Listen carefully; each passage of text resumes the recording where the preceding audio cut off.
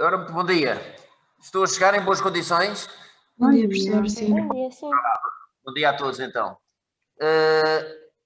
Muito bem. Vamos então começar a iniciar agora o estudo do tubo digestivo. Estão previstas 4 aulas para o tubo digestivo, ou seja, 4 aulas, da forma como temos o horário, serão 2 aulas. Portanto, 4 horas para o tubo digestivo. Serão estas 2 horas de hoje, portanto, desta quarta-feira. Na próxima segunda-feira eu não vou poder dar a aula, mas o professor Ferreira da Silva irá avançar com a matéria dele, que diz respeito às glândulas anexas ao tubo digestivo. Depois, na próxima quarta-feira, terminarei o tubo digestivo. Portanto, fazemos um intervalo no tubo digestivo, na segunda-feira, mas a matéria que vai ser dada na segunda-feira, que são as glândulas salivares e o pâncreas, também é aparelho digestivo. Portanto, é uma matéria que, de qualquer forma, está relacionada. Portanto, 2 aulas hoje e mais 2 aulas na próxima quarta-feira. Muito bem, este é o sumário daquilo que será a primeira hora, não é verdade? Aqui podem ver as estruturas. Vamos começar então por caracterizar as estruturas mais proximais do tubo digestivo e vamos, primeiro que tudo, relembrar a constituição. Óbvio que isso todos vocês sabem, não é verdade? Portanto, isto é um conhecimento que já vem desde a nossa infância, quase, não é? Esta é a constituição do tubo digestivo. Obviamente também que todos sabem, que todos têm uma ideia qual é que é a função do tubo digestivo, é mais do que uma função, mas enfim. E vamos caracterizar do ponto de vista microscópico todos estes componentes do tubo digestivo que vocês aqui veem. A cavidade oral, a faringe de uma forma muito breve, depois com um bocadinho de mais minúcia, o esófago, o estômago, o intestino delgado e o intestino grosso. Vamos ocupar-nos agora, durante algum tempo, com a cavidade oral. Portanto, aqui podem ver o que é a definição da cavidade oral, não é? Que também todos temos essa noção. É formada pela boca e pelas estruturas nela inclusas, portanto, as estruturas que ocorrem no interior da boca, e, genericamente, podemos dizer que estes são as principais, estas são as paredes da cavidade oral, não é? Anteriormente temos os lábios, lateralmente temos as bochechas, dorsalmente temos o palato duro e o palato mole, e depois no interior da cavidade oral, ocupando em grande parte da cavidade oral, temos então a língua. Em relação à estrutura microscópica destas várias estruturas, esta matéria do tubo digestivo é muito descritiva, não é, talvez, quanto a mim, não será das matérias mais interessantes, porque baseia-se muito, de facto, na descrição microscópica e histológica destes vários constituintes, e vocês vão verificar isso. Começando já com a caracterização histológica da cavidade oral, isto é importante, é que o epitélio que reveste toda a cavidade oral, portanto, todas as estruturas que fazem parte, todas as estruturas que formam a parede da cavidade oral ou que nelas estão inclusas, como é o caso da língua, todas essas estruturas têm o epitélio de revestimento do tipo estratificado pavimentoso, ok? É o que vocês podem ver aqui, nesta imagem microscópica da mucosa oral. Presumiblemente que vocês já conseguem reconhecer, mesmo em pequena ampliação, conseguem reconhecer este tecido que aqui está como sendo um epitélio estratificado. É pavimentoso, obviamente com esta ampliação eu não vejo os núcleos achatados das células, mas vocês devem com certeza lembrar-se que os epitélios espessos são sempre pavimentosos. Portanto, os epitélios que têm múltiplas camadas de células, como este que aqui está, este epitélio deve ter aí umas 30, 40 camadas de células, é sempre pavimentoso. Mas atenção, a mucosa não é apenas o epitélio. Por baixo do epitélio há sempre tecido conjuntivo, que é o que está aqui assinalado. E depois, em muitas zonas da cavidade oral, por debaixo desse tecido conjuntivo, vamos encontrar tecido muscular. Agora, atenção, dependendo da natureza da dieta do animal, portanto, dependendo do tipo de alimento que o animal consome, assim, este epitélio pode ou não ser queratinizado. Muitas vezes não é, há zonas em que não é queratinizado, há outras zonas em que pode ser queratinizado, há zonas em que é particularmente queratinizado. Mesmo nas zonas onde é queratinizado, o grau, a espessura da queratina varia com a zona. Por exemplo, reparem, nas zonas que estão muito expostas ao desgaste provocado pelo alimento, portanto, aquelas zonas que entram em contacto direto com o alimento, nessas zonas é natural que o epitélio não só seja mais espesso, portanto, a mucosa não só seja mais espessa, como poderá, eventualmente, em certas espécies de animais, ser queratinizado. E que zonas é que são essas que estão mais expostas ao desgaste provocado pelos alimentos? Bom, a face dorsal da língua, a face interna das bochechas, as gengivas e aqui no teto da cavidade oral, no teto da cavidade, o palato duro. Portanto, isto são tudo zonas que, de facto, contactam com o alimento, portanto, é natural aí que aqui a mucosa seja mais espessa. Nas zonas em que estão habitualmente subtraídas ao contacto direto dos alimentos, não é? Que não contactam diretamente com os alimentos, aí é de prever que, de facto, a mucosa seja mais delgada e nem sequer é queratinizada. O exemplo típico é a face ventral da língua, portanto, ou o chão, o pavimento da cavidade oral. De facto, a face ventral da língua ou o pavimento da cavidade oral não está tão exposto ao contacto dos alimentos. Portanto, tem uma mucosa mais delgada e que também, como também é de prever, estas zonas onde a mucosa é mais delgada são zonas também que têm maior permeabilidade, são zonas mais permeáveis. Portanto, se nós quisermos, vocês sabem que há determinados fármacos, não sei, que podem ser administrados sob a forma de pastilhas sublinguais, pastilhas que se colocam debaixo da língua. E porquê é que é debaixo da língua?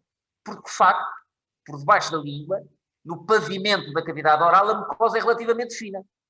Portanto, a permeabilidade, a possibilidade desse fármaco atravessar a mucosa e ser levado para a circulação sistémica é maior, já que a mucosa é mais delgada e é mais permeável. Por isso é que deve ser colocado debaixo da língua e não sobre a língua, onde a mucosa é claramente mais espessa e, portanto, menos permeável. Certo? Os lábios, agora caracterizando algum destes constituintes da cavidade oral, portanto, os lábios, o que vocês são recobertos externamente por pele, não é? Tem uma parte que é pele, isto é um corte do lábio, um corte sagital do lábio, portanto, esta zona que vocês aqui veem é a zona que corresponde à pele, aqui consegue-se ver até um pouco da queratina que faz parte dessa pele, e internamente, não é? A porção do lábio que está voltada para o interior da cavidade oral, vê-se claramente que é um epitélio estratificado, pavimentoso, só que não é geralmente queratinizado. Aqui podem ver em maior ampliação um aspecto da cavidade oral. Atenção, eu disse que não era queratinizado, mas mais uma vez aqui, o tipo de dieta consumida pelo animal influencia o grau de queratinização do epitélio. Geralmente, nos herbívoros, esta mucosa pode ser queratinizada. Esta mucosa labial, a mucosa labial, portanto, que está voltada para a face interna, pode ser queratinizada. E porquê? Porque os herbívoros comem. A sua alimentação é feita por uma comida, por um alimento mais áspero, portanto, que provoca mais desgaste mecânico. Daí, o epitélio tem que ter uma camada extra de proteção. Não? O epitélio ainda mais vocacionado para a proteção. Daí a presença de queratina. Mas, por exemplo, no caso dos carnívoros, ou no caso do porco, no caso do homem, de facto, a mucosa labial não é queratinizada. Podemos encontrar glândulas nos lábios, que estão aqui assinaladas, isto é uma ampliação muito pequena, isto são conjuntos de glândulas, aqui é a maior ampliação, aqui vê-se facilmente que algumas dessas glândulas são mucosas, são chamadas as glândulas labiais, portanto estão aqui no tecido conjuntivo da mucosa, e depois, reparem no eixo do lábio, no centro do lábio, encontramos uma massa muscular, que está aqui assinalada com M, portanto é toda esta zona que vocês aqui veem mais rosada, aqui nesta maior ampliação aparece aqui um pouco desse músculo. Este músculo é constituído por fibras esqueléticas, embora com esta pequena ampliação isso possa não ser assim muito evidente, mas é, e até tem uma designação, é o chamado músculo orbicular. Portanto, de uma forma genérica, esta é a constituição histológica dos lábios. Isto que vocês veem aqui assinalado com F, isto são folículos pilosos, portanto, que se abrem na superfície, na face externa do lábio, portanto, na face que é recoberta por pele. As bochechas. Bom, tem uma estrutura muito segmentada dos lábios também. Mais uma vez, encontramos um revestimento externo formado por pele, não é o caso, não é o que está aqui na imagem, e um revestimento interno, não é? A parte da parede, a face que está voltada para a cavidade bucal, é revestida por uma mucosa que é muito semelhante à dos lábios e, mais uma vez, como vimos, toda a mucosa oral é formada ou é revestida por um epitélio estratificado pavimentoso que se vê aqui muito bem e que, como já vimos, pode ou não ser caracterizado consoante a dieta do animal. Neste caso, este que aqui está, provavelmente é de um carnívoro, não sei, ou do homem, não sei exatamente, já não me lembro da origem desta fotografia. Uma coisa é certa, é que este que aqui está não é queratinizado. Encontramos também glândulas seromucosas nas bochechas, podemos encontrar glândulas, elas aqui estão, não sei se conseguem reconhecer, portanto, isto é tecido conjuntivo, não é? Relativamente denso, não é? Muito rosado, está relativamente denso. E depois aqui aparece um conjunto, estas estruturas arredondadas, às vezes perfeitamente aqui um lumenzinho, e são glândulas, são ácidos, não é? Estes até me parecem ser predominantemente serosos, já que aparecem bem corados, mas não significa que não possa haver mucosa. Isto é apenas quem tem hamsters e quem conhece os hamsters sabe que, de facto, eles podem armazenar alimentos em bolsas, que no fundo são dilatações das bochechas. E essas dilatações servem o quê? Servem, de facto, para armazenar alimentos que eles depois podem mastigar e podem consumir na altura que mais conveniente, na altura que desejarem. Estas bolsas são chamadas de bolsas jugais. A bolsa jugal do hamster, portanto, no fundo são dilatações, são bolsas das bochechas. Muito bem. Nos ruminantes há aqui uma particularidade, enfim, não tem assim nada de especial, é que a mucosa das bochechas está, como eu aqui digo, salpicada de papilas macroscópicas, portanto, projeções proeminências de forma cônica. Estas papilas que vocês podem ver aqui na mucosa da bochecha deste ruminante, estas são as papilas ditas bucais, são papilas de forma cônica. Então, estão a ver, vê-se aqui muito bem estes eriçamentos, estas projeções da mucosa, que se vê muito bem à vista desarmada, são as papilas bucais. Atenção, não são as papilas linguais, hein? Essas são na língua e falaremos mais à frente dessas papilas linguais. Estas papilas bucais, que ocorrem na face interna da bochecha, não têm função gustativa, hein? Têm apenas uma função meramente mecânica. Como aqui digo, facilitam a apreensão e a mastigação dos alimentos. Portanto, não tem qualquer relação com o sentido do paladar. O que vocês aqui veem é um aspecto microscópico, não é? Dessas papilas bucais, está aqui representada uma.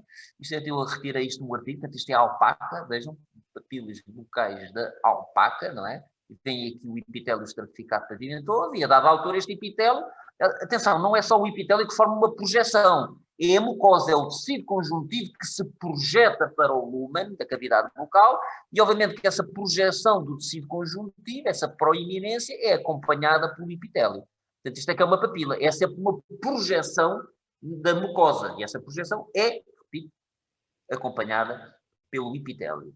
Professor, bom dia. Posso colocar uma questão? Diga. Sobre essa questão das papilas, eu não sei se tem alguma coisa a ver. Normalmente os cães de grande porte, principalmente aqueles que têm os lábios descaídos, nós notamos na parte inferior também umas proeminências. Eu não sei se aquilo é lábio, são papilas, não tem nada a ver. As proeminências na face interna. Na face interna, sim. São também pequenas papilas. São pequenas projeções, não têm designação própria essas pequenas papilas. É verdade, é um facto, em que é muito grande, muitas vezes encontramos, de facto, esses pequenos eriçamentos. O conceito de papila é uma papila, é sempre uma projeção da mucosa. Ok? Essa projeção pode ser mais ou menos pronunciada. Neste caso, de facto, esta papila é uma projeção bastante pronunciada, com esta forma cônica. O facto de se situar nas bochechas toma esta designação. Mas isso também é também considerado uma papila. Ok? Obrigada. Nada. Aliás, podem ver aqui o seio. Isto é um palato, isto é uma cavidade oral de uma girafa. Estão a ver? Isto é aqui uma cavidade oral de uma girafa. Portanto, estamos a ver, este é o teto da cavidade oral, só para que vocês, aqui está a língua. Aqui a língua foi levantada, chamemos assim, o 2 e o 3 correspondem à língua, e o 4, o 5 e o 7, tudo isto é o teto da cavidade oral, o teto ósseo, o chamado palato duro, certo? E aqui podem ver as tais papilas, estão a ver aqui as tais papilas que falámos há bocado, estas papilas de formato cônico, que são assinaladas aqui com 6, aqui na parede, aqui na bochecha. Ora, o palato duro, obviamente, também é revestido por um epitélio estratificado pavimentoso. Mas este epitélio é geralmente queratinizado. Mesmo o homem pode ter algum grau de queratinização. Nunca é propriamente uma queratina como a pele. Porque muitas vezes o que se fica no homem é que as células córneas ainda retêm os núcleos. Geralmente na camada córnea, as células estão mortas, já não exibem núcleos. Mas muitas vezes, quando a queratinização não é intensa, as células queratinizadas ainda podem reter os núcleos. Seja como for, o palato duro está muito bem exposto à ação abrasiva dos alimentos, portanto é natural que tenha uma mucosa relativamente espessa, formada por um epitélio pavimentoso, que pode ser queratinizado, ou que é particularmente queratinizado e espesso, como aqui diz, nos ruminantes. O que vocês aqui veem é justamente um corte do palato duro, o epitélio está aqui, não é? Vai daqui até aqui. Atenção, esta faixa mais rosada que aqui se vê, isto é uma pequena ampliação, não é verdade? Isto é que é a camada córnea. Esta zona que aqui está é que é a camada córnea. Nesta zona, em princípio, não veremos núcleos. Depois isto é um tecido conjuntivo da mucosa. Agora, esta mucosa é relativamente, não, embora seja uma mucosa espessa, está logo ligada, liga-se diretamente ao osso. Aqui ao osso palatino, não é? Isto é uma estrutura óssea, e isto que vocês veem aqui a rosa, não se percebe, enfim, com esta ampliação não se percebe, mas isto já é uma parte do osso palatino, que é um dos constituintes do palato duro. Portanto, o palato duro é, de facto, uma estrutura óssea que tem logo agarrada a ela uma mucosa espessa queratinizada. Uma estrutura que nós encontramos nos ruminantes é esta que aqui está assinalada, é chamada almofada dentária, ou pulvim dentário. Portanto, nesta zona que substitui os incisivos superiores. Portanto, aqui onde não há incisivos superiores, nós encontramos aqui uma espécie de almofada, o pulvim dentário, contra a qual os incisivos inferiores irão pressionar no processo de mastigação. E se nós formos observar o pulvim dentário ao microscópio, como aqui vocês podem ver, o que verificamos é que esta zona é também revestida por uma mucosa formada por um epitélio estratificado pavimentoso queratinizado, mas aqui o que se verifica é que o epitélio é particularmente espesso e a camada córnea também ela é particularmente espessa. Portanto, isto é um corte em pequena ampliação, aqui em maior ampliação, e vejam bem a camada córnea, tudo isto, hein? Tudo isto que aqui está é camada córnea. Portanto, é esta zona que está aqui mais pálida. E de facto, verificamos que o epitélio aqui é particularmente espesso. Isso compreende-se, já que é uma zona que está sempre sujeita, não é, à pressão dos incisivos inferiores, portanto, esta zona tem que ser particularmente protegida por uma mucosa espessa e muito queratinizada. Muito bem, continuando a caracterização das estruturas que constituem a parede da cavidade oral, vamos agora ver o palato mole, só para vocês terem uma ideia de onde é que está o palato mole, não é? Para quem não saiba, aqui tem uma cavidade oral de um carnívoro, não é verdade? Esta estrutura mais rostral, mais anterior, é o palato duro, que já falámos, portanto, uma estrutura óssea, recoberta também por uma mucosa espessa e queratinizada. Aqui podem ver a língua, e aqui, nesta região posterior, é uma outra estrutura designada por palato mole, e é mole porque já não tem um eixo ósseo, já não tem uma base óssea, embora esteja em continuidade com o palato duro. O que vocês aqui veem é justamente a estrutura microscópica do palato mole. No fundo, o palato mole, como eu aqui digo, esta é uma outra designação pela qual é conhecido o palato mole, é uma extensão fibromuscular do palato duro. Portanto, é uma estrutura de natureza fibromuscular. Repito, não tem osso no seu eixo. E é uma estrutura móvel, não é? Isto é uma estrutura móvel, ao contrário do palato duro. O palato mole é uma estrutura móvel que tem uma função até importante na deglutição. O palato mole, aliás, tal como o palato duro, reparem, separa a cavidade nasal da cavidade oral, ou melhor dizendo, separa a nasofaringe. Esta zona já não é tanto a cavidade nasal, já é mais a nasofaringe, separa a nasofaringe da orofaringe, ou da cavidade oral e mesmo da orofaringe. Okay? Portanto, tem duas faces. A face dorsal, não é, que está voltada para cima, que pertence à nasofaringe. A face ventral pertence à cavidade oral e à própria orofaringe. E o epitélio que reveste estas duas faces é diferente. O epitélio que reveste a face que está voltada para a nasofaringe é um epitélio pseudoestratificado, ciliado, colunar. Obviamente, com esta ampliação nós não sabemos, não é? Olhando para aqui não consigo perceber se isto é um epitélio pseudoestratificado, ciliado. Obviamente que não. Mas isto faz sentido. Quando falaremos do aparelho respiratório, veremos que este epitélio pseudoestratificado, ciliado, é um epitélio muito típico das vias aéreas. E a nasofaringe é um componente das vias aéreas. Na face ventral, portanto, a face que está voltada para a cavidade oral e para a orofaringe, aqui já temos novamente um epitélio típico desta zona, que é o epitélio estratificado pavimentoso. Certo? Professor, Depois no meio, diga. desculpa, eu só queria perguntar se o palato mole corresponde ao número 4 da imagem que nos mostrou da girafa. Na imagem anterior da girafa? Sim, é o 4, não é? É o palato mole começa a ser o 4, exatamente. Eu pus aqui, pois, eu aqui pus. Não, o palato mole, não. O palato mole, não. O palato mole vem. Não é, não. Agora está a ver aqui mal. O palato mole vem por trás. Ah, ok. É mais posterior. Não, o 4 ainda faz parte. Isso são diferentes zonas do palato do 4, o 5, aqui o 7. O 7 é o tal polvino. É o polvino dentário, a tal almofada dentária. Obrigada.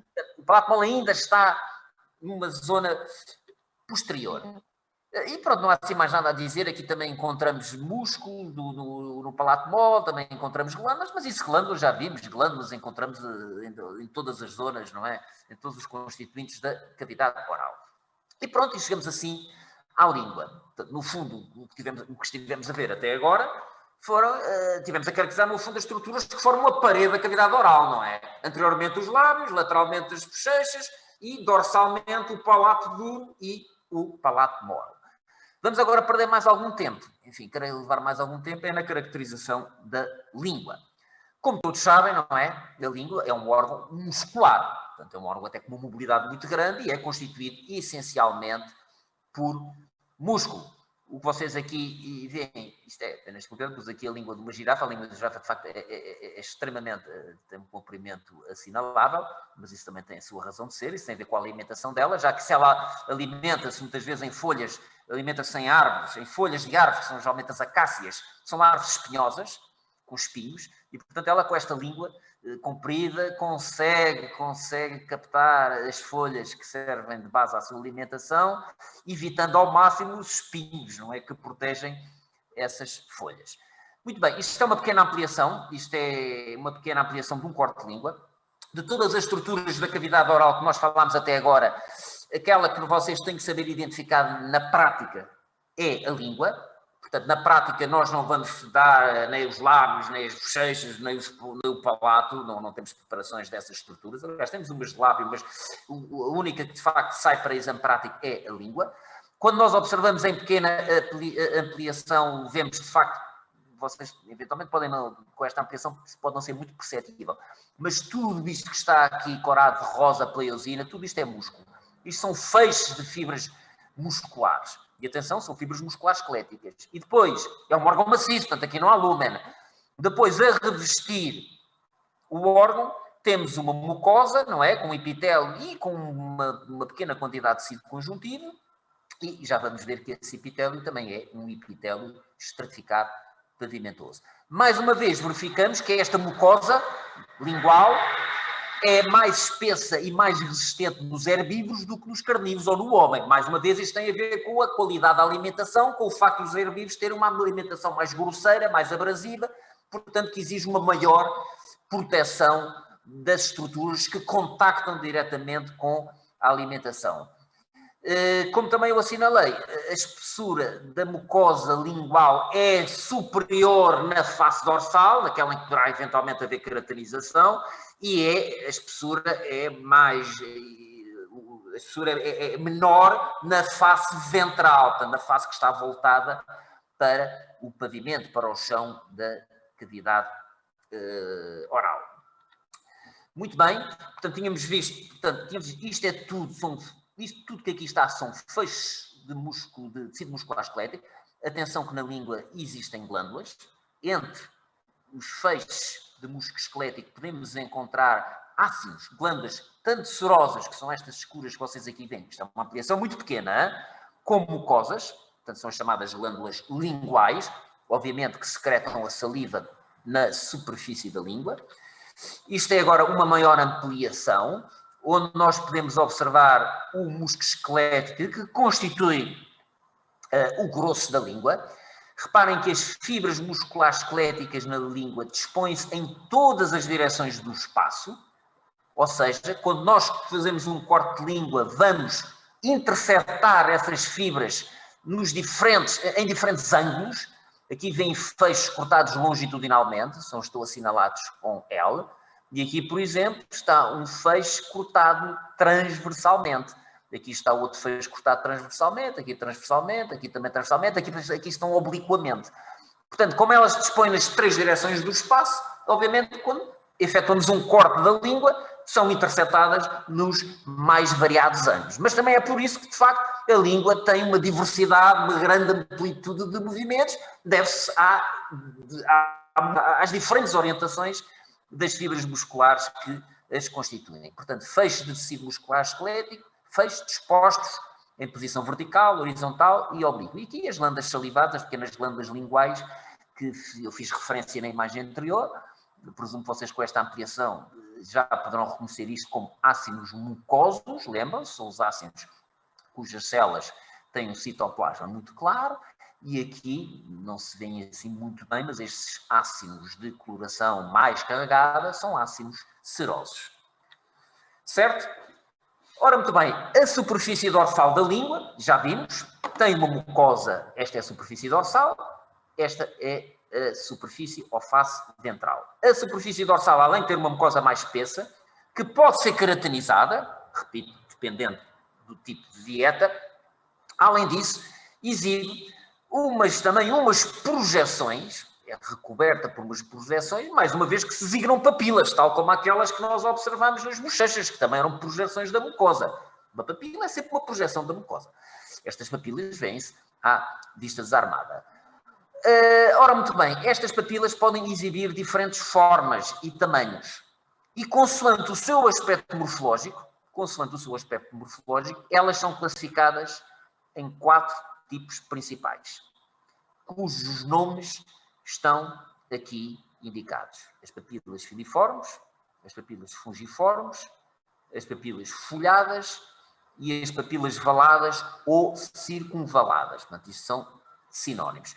Existem, pois, há outros tipos de papilas com dimensão, com formas um pouco diferentes, mas pelo menos estes são os 4 tipos principais.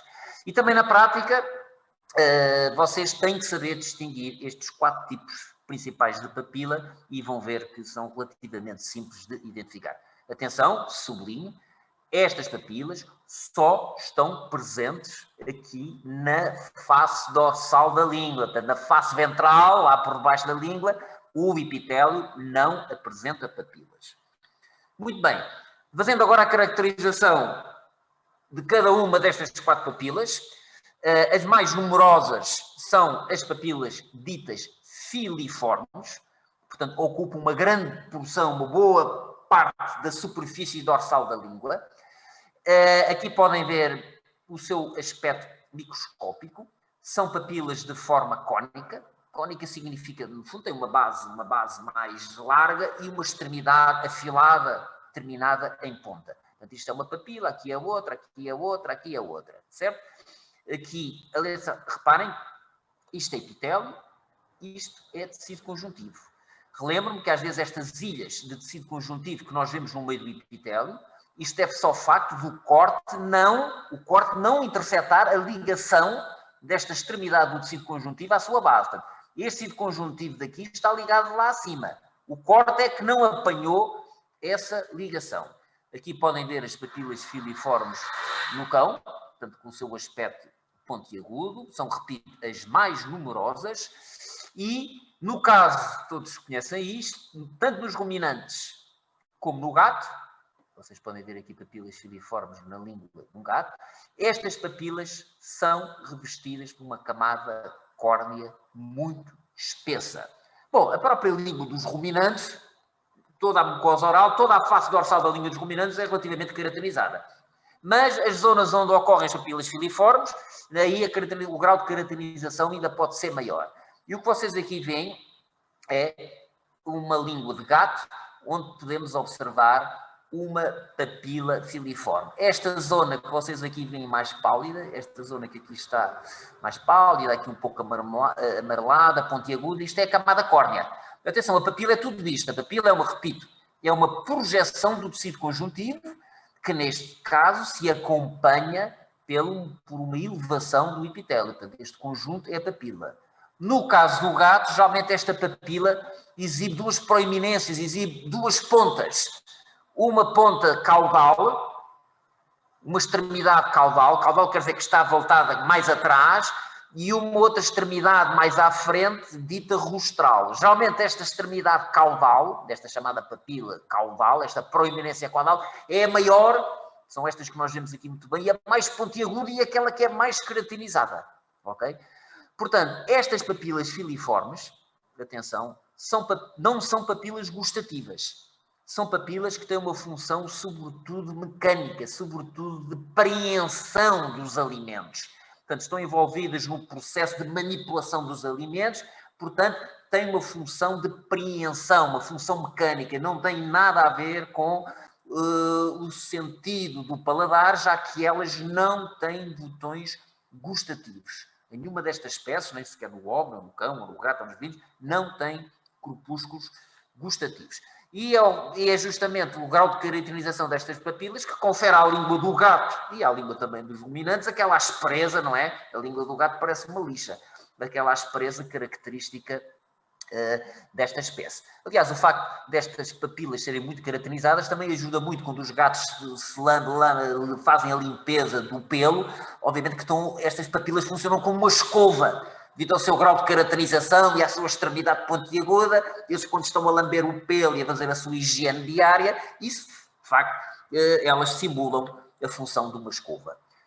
Segundo tipo de papilas, as fungiformes. Diga. Peço desculpa. Você disse que as papilas têm a função de preensão de alimentos? É, preensão de alimentos, é de manipulação de preensão de alimentos. No caso do gato, essa função realmente relacionada com a parte do grooming, da higiene. Portanto, é só para dizer que são papilas não gustativas. Porque muitas vezes, quando nós pensamos em papilas linguais, pensamos em papilas gustativas. Papilas que estão envolvidas na captação, não é? No sentido do paladar. Estas não têm nada a ver com o paladar, porque não têm corpúsculos gustativos. Já vamos falar dos botões ou corpúsculos gustativos mais à frente. Portanto, estas têm uma função unicamente mecânica, mais nada, de manipulação dos alimentos, portanto, de preensão dos alimentos, nada mais. Ok? Obrigada. As papilas fungiformes, o que nós aqui vemos é uma língua do homem, não é? Estes círculos que vocês aqui veem, por exemplo, aqui, portanto, estas papilas, atenção, isto conseguem-se ver à vista desarmadas, como, portanto, esta aqui, ou aqui, ou aqui, ou aqui, ou aqui, estes são exemplos de papilas fungiformes. Estas papilas fungiformes distribuem-se entre as filiformes. Portanto, esta zona que vocês aqui veem iriçada de papilas que mal se vêem aqui nesta imagem, mas aqui estarão as filiformes. As filiformes são as mais numerosas, hein? Revestem grande parte da superfície dorsal da linha. E entre elas, aqui e acolá, encontramos as fungiformes. O que vocês agora veem é o aspecto microscópico de uma papila fungiforme. Porquê é que se chama fungiforme? Pela razão que está aqui apontada. É que tem uma forma que faz lembrar a forma de um cogumelo. Portanto, uma forma que evoca um cogumelo. Geralmente tem uma base um pouco mais estreita, não é? E uma superfície dorsal um pouco mais larga. O epitélio que as recobre já não é caracterizado, mesmo no gato, já não é caracterizado. E estas sim, na face superior, aqui embora neste caso isso não se vê, mas nesta face superior, na parede dorsal, podem apresentar botões gustativos. Eu mais à frente já vou mostrar o aspecto dos botões gustativos. Portanto, as papilas fungiformes já são papilas gustativas, ok? Embora o número de botões gustativos que se encontra nestas papilas fungiformes, o seu número é relativamente reduzido. Não são as principais papilas gustativas da nossa língua. Terceiro tipo de papila.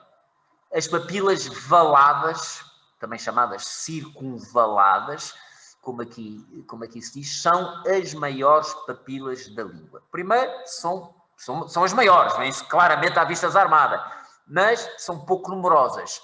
Onde é que elas se encontram? Encontram-se aqui na região posterior da língua, formando aqui uma espécie de V. Tem uma distribuição assim em V. Está aqui uma, está aqui outra, aqui haveria mais, aqui outra e aqui outra. Portanto, estão confinadas à porção caudal da língua. Portanto, ao longo do V lingual. O V lingual é um sulco que separa o terço posterior da língua dos 2 terços anteriores. Portanto, terço posterior, separado dos 2 terços anteriores, há um sulco em forma de V. E estas papilas estão à frente desse sulco, apresentando também uma disposição em forma de V. Aqui podem ver uma língua de morcego, aqui com uma série de papilas. Estas aqui nem parecem sequer, até parecem fugiformes pelo seu aspecto. E aqui estão 3 papilas circunvaladas.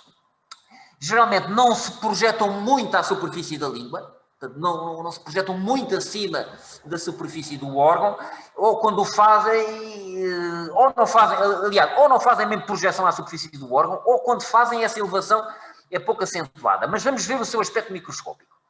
Aqui podem ver o aspecto microscópico de uma papila. Desculpa. Diga. Pode só passar um segundo ao slide anterior? Este? Ok, era isso, obrigada. Era só para ver uma coisa. Aqui vê-se que elas se projetam, quer dizer, aqui vê-se que elas se projetam ligeiramente à superfície da língua, bem como aqui. Mas reparem que à volta delas, não sei se conseguem reparar, a papila é isto que aqui está. Vão ver? Agora vejam que reparem que à volta dela, elas são, já vamos ver isto mais à frente, já no próximo slide, elas são circundadas, rodeadas por uma espécie de fosso. E é isso que vamos ver agora aqui. Aqui numa imagem de microscopia eletrónica de batimento, aqui num corte histológico. De facto, as papilas, primeiro, elas são de grandes dimensões. Se vocês, depois na aula prática, vamos ver se temos a oportunidade disso, numa lâmina, elas saem, mesmo com a objetiva de pequena ampliação, com a objetiva de 4 vezes, elas saem do campo microscópico.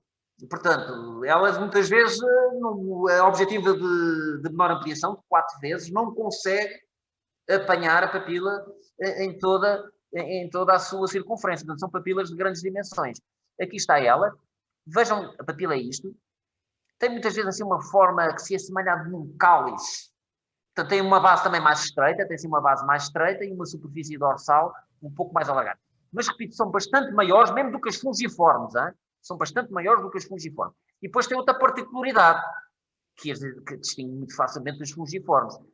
É que, reparem, elas estão alojadas numa escavação. Portanto, elas estão alojadas dentro de uma cavidade de contorno circular. E o que vocês aqui veem, tanto aqui como aqui, estão a ver, isto é um corte dessa cavidade que rodeia a totalidade da papila e que se pode perceber aqui nesta imagem de microscopia eletrónica de varrimento.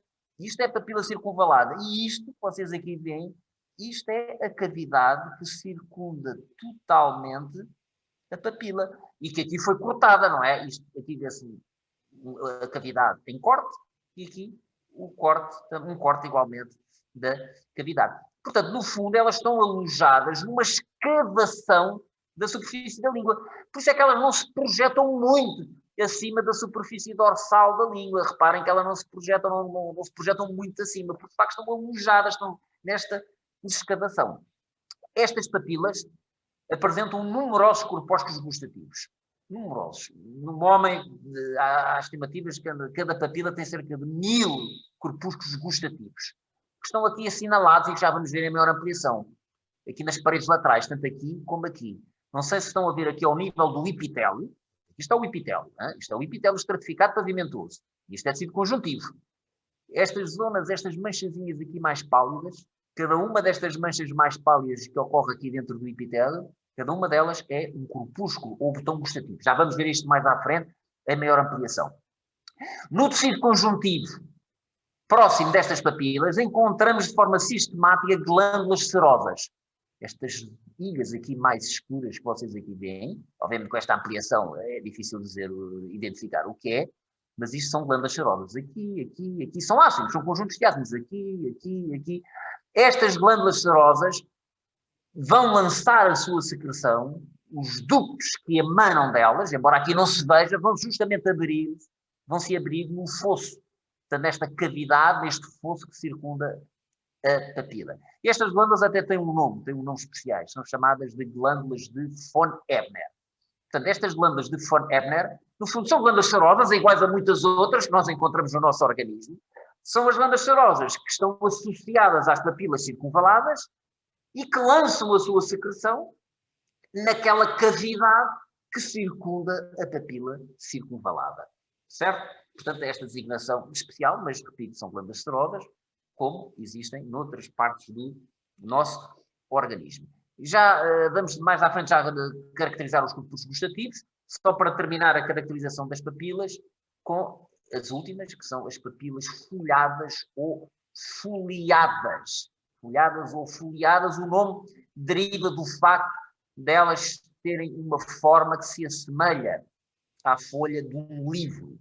O que vocês aqui veem é o corte histológico de uma língua de coelho, aqui numa ampliação mais pequena, aqui numa ampliação maior. E num corte de coelho, porquê? Porque estas papilas foliadas, são realmente muito desenvolvidas no coelho e noutros largomorfos. No homem e noutras espécies de animais domésticos, elas são relativamente rudimentares. No coelho é que elas são particularmente desenvolvidas. No caso do homem, até são mais evidentes nas crianças do que propriamente nos adultos, e elas ocorrem, reparem, elas ocorrem aqui na região posterolateral da língua, ou seja, na região posterior da língua, mas nos bordos laterais. Aqui vê-se mal, está aqui a seta a indicar, mas aqui não se percebe muito bem.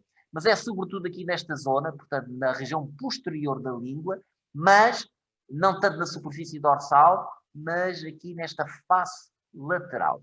E nestas circunstâncias, então no coelho formam várias fiadas. E o que vocês aqui veem é um corte de uma dessas fiadas. Portanto, formam fiadas paralelas ao longo dos bordos laterais da língua. Portanto, cada uma destas projeções, esta, cada uma delas é uma papila. Uma papila, outra. Aqui em maior ampliação. Portanto, apresenta-se como uma série de cristas, não é? Aqui, de superfície relativamente achatada, cristas estas que são separadas por sulcos, ok? Portanto, quando nós vemos assim um conjunto de cristas, todas elas mais ou menos do mesmo tamanho, de base sem ser pontiagudo e todas a seguir umas às outras, isto é fácil de identificar como sendo papilas foliadas. Atenção que estas papilas foliadas também são papilas gustativas. E porquê? Porque encontramos nas suas paredes laterais estas estruturas mais pálidas, aqui, isto são corpúsculos ou botões gustativos. Portanto, botões gustativos nas paredes laterais. Tal como nas anteriores, nas circunvaladas, também encontrávamos corpúsculos gustativos nas paredes laterais. Portanto, até agora, a única, de facto, não é papila gustativa, que tem apenas uma função mecânica, são as papilas filiformes. E em relação aos botões ou corpúsculos gustativos, o que é que são estes botões ou corpúsculos gustativos? O que vocês aqui veem, numa ampliação média e aqui numa grande ampliação, são justamente botões ou corpúsculos gustativos na parede de uma papila circunvalada. Daquela maior que nós vemos, que é rodeada pelo tal fosso. Reparem, primeiro, o que é que há a dizer? Onde é que elas ocorrem? Portanto, nestes três tipos de papilas. Ao microscópio, como é que se apresentam estes corpúsculos gustativos? Apresentam-se como estruturas pálidas, realmente são pálidas, não há dúvida nenhuma, de forma ovoide, não é verdade? No epitélio de revestimento, que geralmente é mais escuro. Portanto, atenção que isto são estruturas intraepiteliais, obviamente são estruturas sensoriais. Estão envolvidas na captação, estão envolvidas num sentido, que é o sentido do paladar. Mas são estruturas que estão no epitélio, não estão no tecido conjuntivo. Certo? E reparem que vão da base do epitélio até à sua superfície. O corte, por exemplo, aqui neste caso, o corte não apanhou a ligação do corpúsculo à superfície. Mas ela existe sempre. Elas abrem-se na superfície da língua através de um pequeno poro. Só assim é que elas poderão ter acesso aos alimentos, não é que existem, não é que vão transitar pela cavidade oral. Portanto, como aqui digo, estendem-se desde a membrana basal até uma pequena abertura à superfície do epitélio, que é o poro gustativo. Aqui o poro gustativo também não se vê. O corte aqui também não apanhou a abertura das papilas gustativas. Agora, olhando mesmo em microscopia óptica, portanto, isto distingue-se muito bem, ao microscópio óptico, nós encontramos lá uma série de núcleos. Vemos que o corpúsculo, cada corpúsculo gustativo não é constituído por uma única célula. É constituído por um conjunto, não é? Isto é um conjunto de células cujos núcleos se identificam até facilmente, não é? Isto são os núcleos dessas células, embora a forma como elas se organizam, isso não é muito perceptível, não é? Porque elas estão ali todas um bocadinho misturadas, ali ao acaso, mas não é bem assim. Portanto, cada corpúsculo ativo tem cerca de 50 a 100 células. Muito bem. Qual é que é a constituição celular dos botões ou corpúsculos gustativos? Pois bem, cada corpúsculo gustativo, cada botão gustativo é constituído por 3 tipos de células. Eu digo aqui vários tipos, na realidade são 3 tipos de células que estão aqui discriminados. O que vocês aqui veem é uma representação esquemática da constituição celular de um corpúsculo gustativo. E esses 3 tipos de células estão aqui indicados e estão até evidenciados pelas suas diferentes cores. Há as chamadas células de tipo 1, que são estas aqui com verde mais escuro, que no fundo são células que se assemelham às células da glia que nós estudamos do sistema nervoso central. Ou seja, estas células de tipo 1 não estão implicadas diretamente na captação do estímulo do paladar. Portanto, não são elas que vão, como eu digo, portanto, não estão envolvidas diretamente na sensação do paladar. Mas depois há outros 2 tipos de células, essas sim, são células verdadeiramente gustativas, que são as chamadas células de tipo 2 e tipo 3.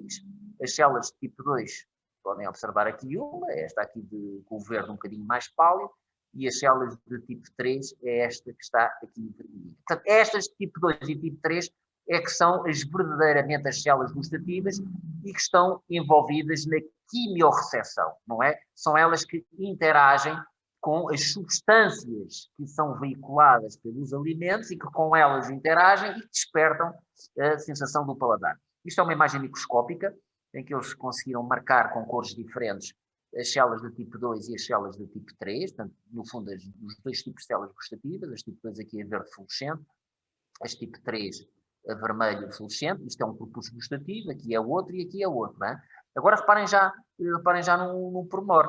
Vejam, estas células, a tipo 2 e a tipo 3, não são neurónios. Na realidade são células epiteliais, embora sejam células epiteliais especiais. Mas, sobretudo as células tipo 3, assemelham-se muito a neurónios. Porque se nós formos observar ao microscópio eletrónico, encontramos dentro destas células tipo 3 vesículas sinápticas, tal como os neurónios. Encontramos vesículas com neurotransmissores. Vesículas contendo neurotransmissores, tal como se fossem neurónios. Portanto, embora não sendo de facto neurónios, são células, nomeadamente estas de tipo 3, sobretudo estas, que se assemelham, que têm características de neurónios, nomeadamente o facto de possuírem vesículas sinápticas com neurotransmissores. Certo é que estas células exibem à sua superfície receptores, as suas membranas exibem receptores, que interagem, que se ligam às substâncias que são veiculadas pelos alimentos. E quando essas substâncias se ligam a esses receptores, o que essas substâncias fazem, que despertam o sentido do gosto, é promover a libertação desses neurotransmissores, ativam estas células, despolarizam-nas, essa despolarização leva à libertação de neurotransmissores e esses neurotransmissores vão ativar estas fibras nervosas sensitivas, vejam, que fazem sinapse com estas células do tipo 3. E, portanto, a partir daqui, o estímulo vai chegar depois a determinadas zonas do nosso sistema nervoso central e nós tomamos consciência daquele gosto, daquele paladar, através deste mecanismo. Portanto, repito, estas células que constituem os botões gustativos podem ser células de 3 tipos.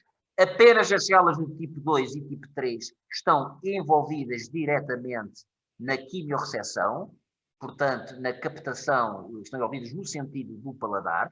Embora não sejam neurónios, não são neurónios, exibem, nomeadamente as tipo 3, exibem características semelhantes às dos neurónios, nomeadamente a existência de vesículas sinápticas. Aliás, o que está aqui a vermelho, isto que vocês aqui veem a vermelho, SNAP 5, isto são vesículas sinápticas. Aqui marcou-se as vesículas sinápticas a vermelho, e portanto as células que têm vesículas sinápticas aparecem a vermelho. Estas células são células epiteliais que têm um tempo de vida relativamente curto. Vivem 10, 12 dias. e, portanto, têm que estar constantemente a ser substituídas. Se fossem neurónios, a coisa não seria assim. E por isso vocês aqui veem, na base do corpúsculo gustativo, encontramos ainda um outro conjunto de células, que são células staminais, que são as células precursoras e que estão constantemente a substituir estes 3 tipos, porque estes 3 tipos, de facto, têm um tempo de vida relativamente curto. Não se esqueçam que na boca, nas papilas gustativas, estas células estão expostas à ação, não é? À ação até abrasiva, à ação mecânica dos alimentos. Portanto, são células relativamente vulneráveis, não estão escondidas, não é? Não estão protegidas no sistema nervoso central. Elas estão numa superfície epitelial, em contacto facilmente com os alimentos. É óbvio, portanto, que facilmente elas morrem e há desgaste e há descamação, portanto tem que haver alguma forma de elas serem regeneradas e de serem substituídas por outras. Professor, Diga.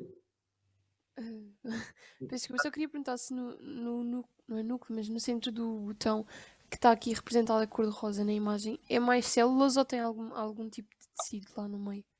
Aqui? Na representação que está a cor de rosa, é suposto ser mais células? Não é suposto ser mais células, não. Isto será uma quantidade mínima de tecido conjuntivo que haverá aqui, hein? Okay. Não é. Portanto, são apenas estes 3 tipos de células.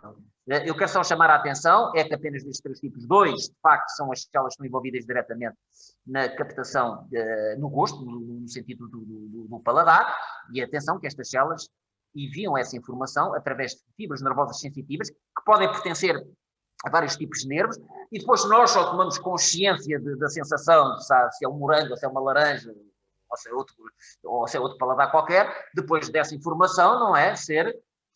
Ela é tornada consciente apenas em determinadas zonas do sistema nervoso central.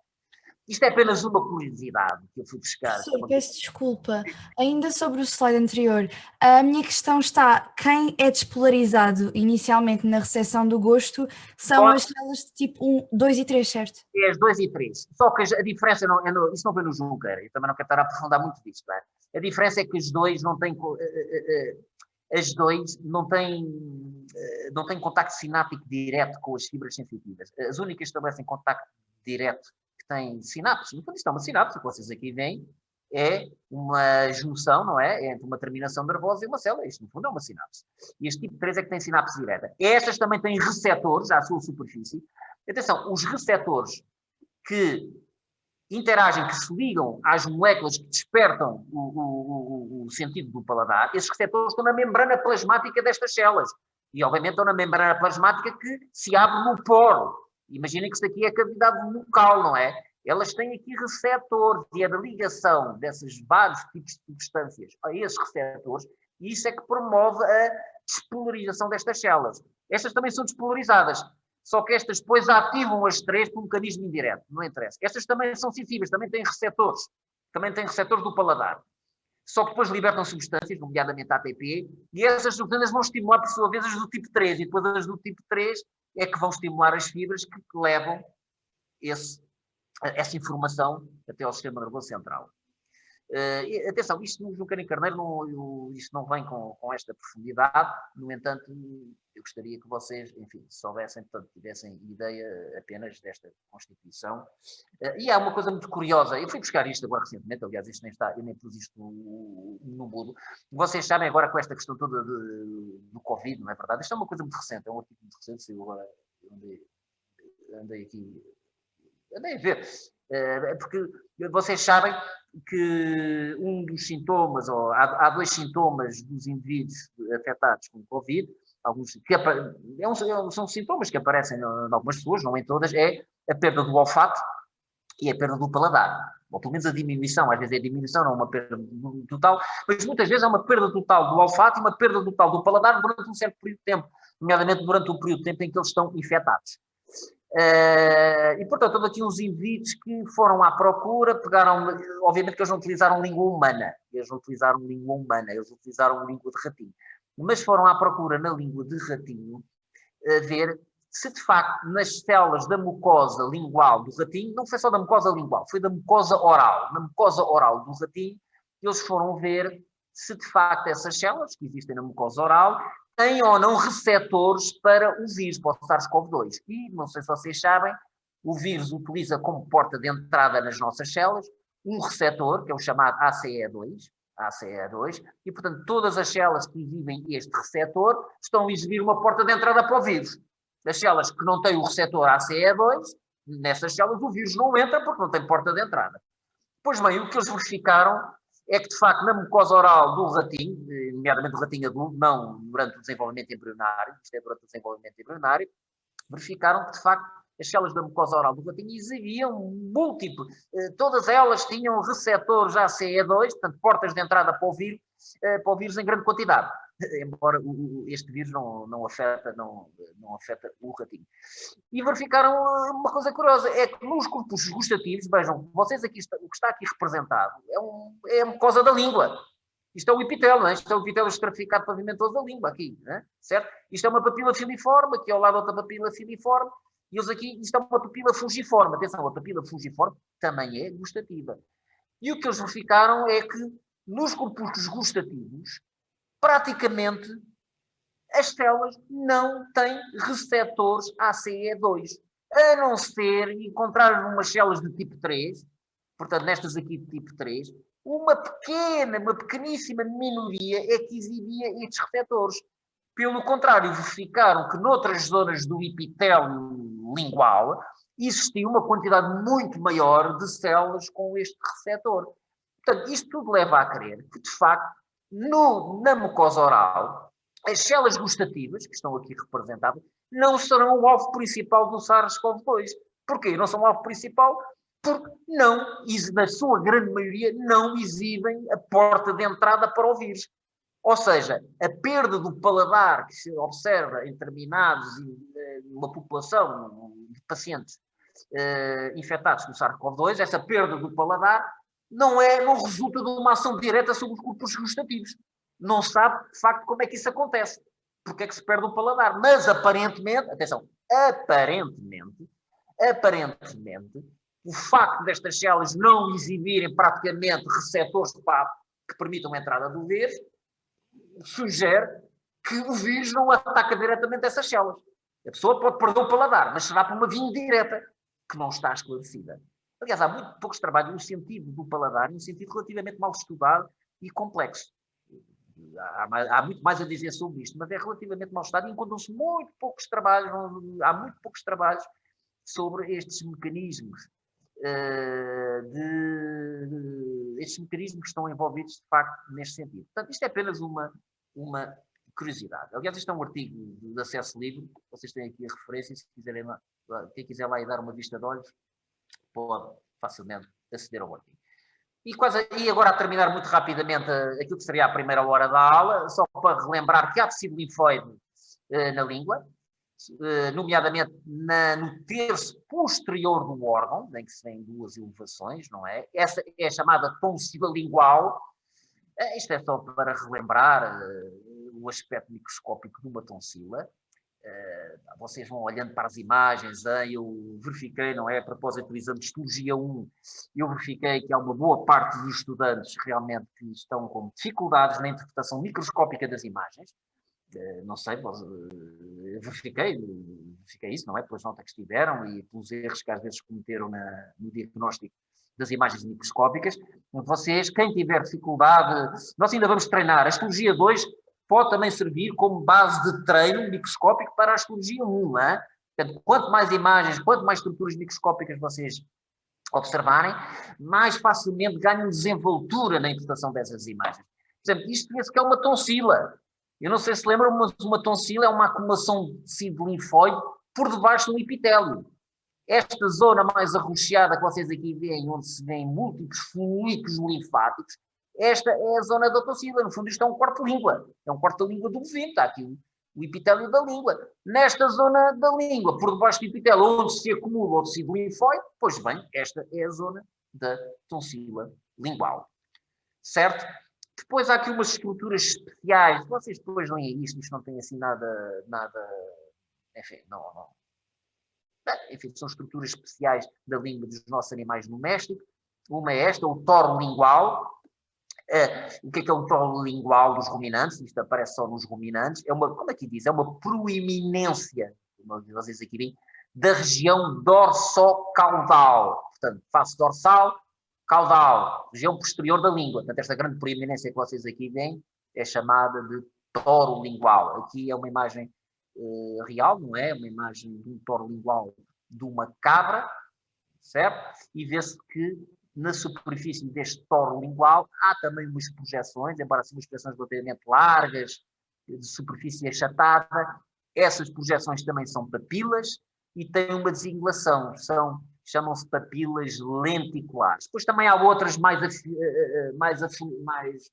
de forma mais cónica, que são papilas córnicas. O que vocês aqui veem são imagens das papilas lenticulares que ocorrem aqui à superfície do tores lingual dos ruminantes. Portanto, no fundo, atenção, isto não são papilas gustativas, hein? Isto são apenas projeções da mucosa. Isto é o epitélio, isto é o tecido conjuntivo e aqui é o músculo esquelético da língua. Isto é uma outra estrutura especial da língua, no caso da língua dos carnívoros, no cão e no gato, que é a liça. Portanto, convém, enfim, quem é veterinário ou quem vai depois clínica dos animais, convém conhecer a existência desta estrutura. Isto é um cordão, reparem, isto é uma espécie de cordão fibroso, na face ventral da língua, sobretudo na face rostroventral, portanto, na face anterior da língua, não é? Que se vai estendendo aqui ao longo, longitudinalmente ao longo do centro do órgão. Isto é um cordão fibroso. Quando nós observamos este cordão, que está na face ventral da língua dos carnívoros, isso vê-se no cão e no gato, eu não consigo arranjar nenhuma imagem a cores, isto não está a ser muito documentado em termos de imagem microscópica, mas isto no fundo é um corte transversal deste cordão. O cordão chama-se liça. O cordão é isto que está aqui dentro. Tudo isto é o cordão. E quando eu olho ao microscópio, quando eu vejo uma preparação, o que é que eu vejo lá dentro do cordão? Vejo músculo esquelético, que está aqui assinalado com M. Atenção, com esta ampliação não se percebe que é músculo esquelético. Vejo gordura, isto já se percebe que sim. Vejo gordura. E tudo isto envolvido por uma bainha de tecido conjuntivo denso que está assinalada com C.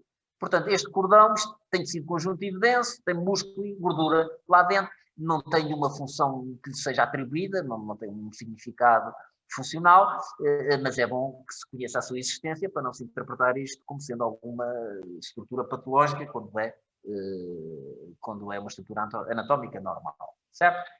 Em relação à faringe, não nos vamos preocupar muito com a faringe. Não costumo fazer questões sobre a faringe, é um canal, todos sabem, é um canal comum ao tubo digestivo e ao aparelho respiratório, não é? Aqui podem ver a orofaringe, realmente está dividida em 3 zonas. A orofaringe, que é a parte que pertence ao aparelho digestivo, não é? Aqui a orofaringe. Depois a parte que pertence ao aparelho respiratório é chamada a nasofaringe.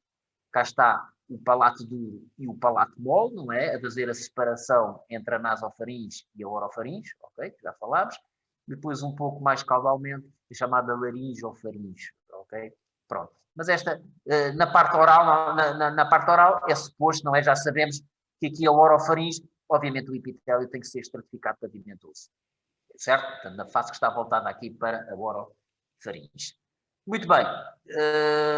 Entrando agora na segunda aula, isto é sempre a andar para a frente, enfim, é muito tempo, não é? Muito tempo de exposição, mas vamos ver então. Vamos então agora à segunda hora.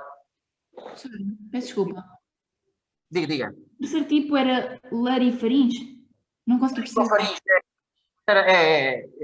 mas isto é anatomia, atenção, eu não vou fazer perguntas, eu não faço perguntas sobre, estas divisões anatómicas da faringe, esta porção que aqui está, laringofaringe. Não vamos, Laringofaringe. eu não faço. Agora, convém saber que a parte oral da faringe, não é? A orofaringe, desculpem, a parte oral da faringe, aqui a orofaringe, se faz parte do tubo digestivo, nesta zona, que está em contacto com os alimentos, é uma mucosa formada, revestida por um epitélio estratificado pavimentoso. Porque a parte da nasofaringe, que já faz parte do aparelho respiratório, aí já é um epitélio ciliado, que é típico das vias respiratórias. Hein? É só isso que, sobretudo, importa saber. Ora, muito bem. Eu não sei, eu vou partilhar... Eu não sei se estou... Vamos partilhar agora aqui este ecrã. Professor, tem uma mensagem no chat. Tem uma mensagem no chat. Esperem aí. Ups.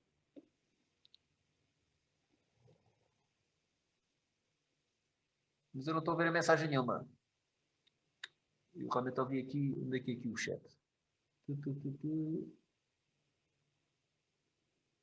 Professor, foi a Inês Garcia que perguntou se podíamos ter um intervalo de 10 minutos, faz favor. Intervalozinho, senão isto é sempre, também é sempre aqui a... ok, Obrigada. intervalozinho, certo, tudo bem. Bom, vou deixar isto. Obrigada, professor. Já volto aqui a 5 minutos então.